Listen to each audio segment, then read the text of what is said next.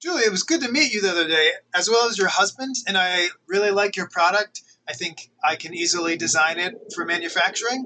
Um, but I also kind of wanted to share the full scope of kind of the product development process because essentially, when we work together, your success matters to me because I want to be able to use your story for marketing. So that is very valuable to me. So my actual goal is not to give you a prototype or to give you a product to be manufactured, but is to take this idea, your baby, and give you kind of a champagne moment of like selling this thing and selling it on Amazon or any other way. So I kind of wanted to break down the process here of like what everything looks like and maybe some of the pitfalls that maybe you're not thinking about or know about.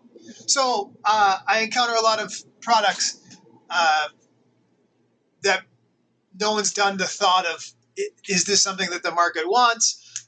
And really understanding what's out there that is similar to it. So examining other products that are similar and what their cost point is. So knowing kind of the target that you have to hit in order to compete and make a profit. So some of this is just economic modeling. So we do this by uh, kind of breaking down the product at the very beginning and kind of coming up with a rough price cost because you want to have something that is manufacturable that then you can multiply times four in order to make a profit because you have to think about all the other things that go along with selling it. So shipping and and uh, and other logistics, marketing, all of that. So you're kind of thinking about those things in the background.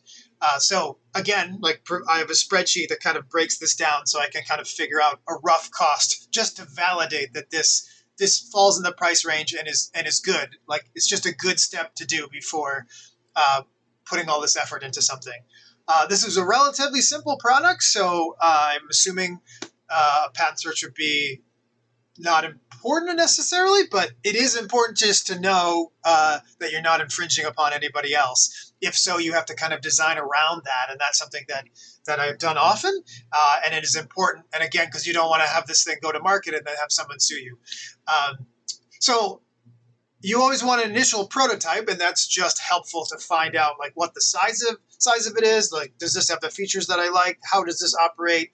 It's very excellent in communication, but you also want to know what other people think about it. So a lot of products go to market without actually talking to anybody, and that is particularly dangerous because often you don't know. You become so entangled with your idea that you kind of have blinders on and have no idea what else is out there, or are not asking yourself kind of the harder questions. You're not playing devil's advocate, and that is easy to do if you are doing it in front of other people. So this is something that I can either set up where I can talk you through it, kind of figure out forms and everything. But this is pretty crucial to know what's working, what's not working, both in like the actual design of the thing, but in are there other features that people want or things that they don't like or not responding well to. So a crucial step.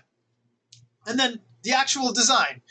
This is obviously my bread and butter. It's very doable.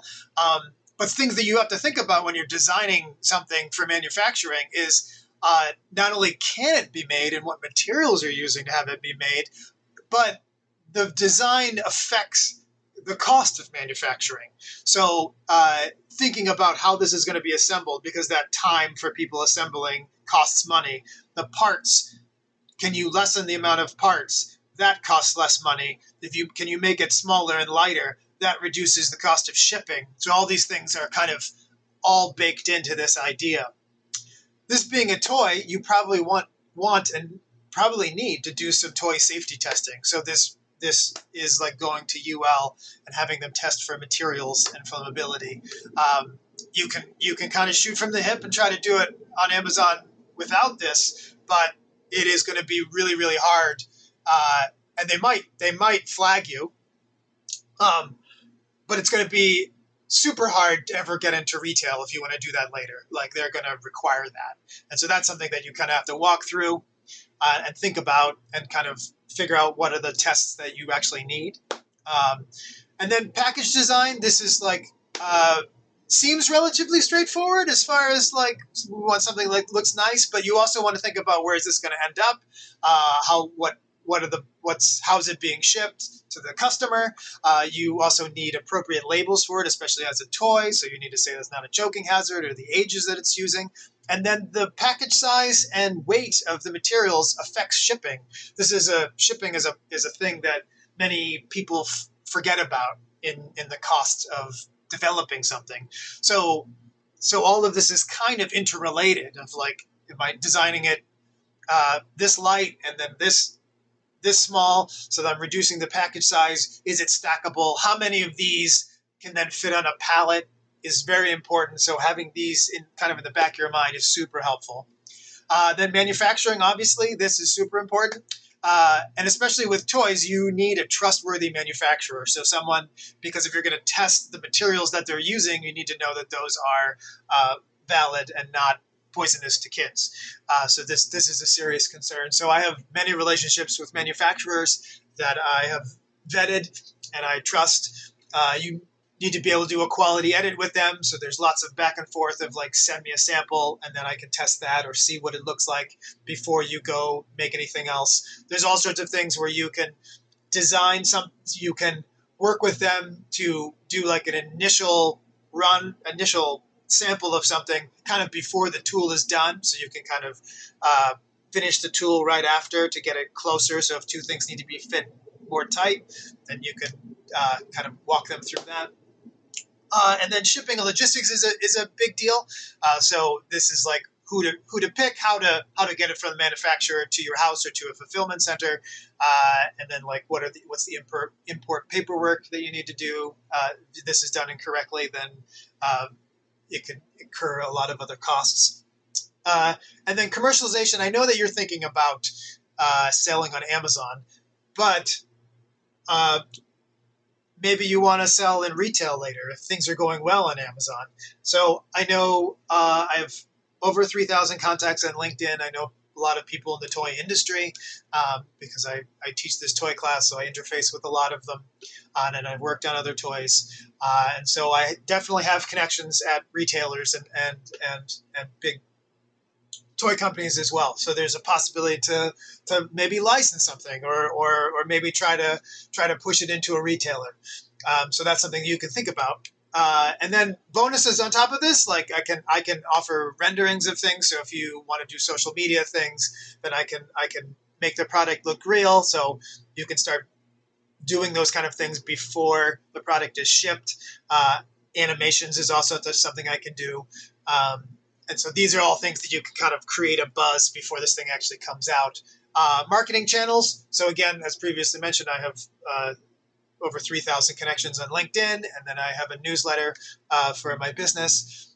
And so I can push out things about your product's launch, and I can help you talk through other ways of marketing your product. But again, my goal is to get you to this moment where you're happy and you're selling something, and then we all win.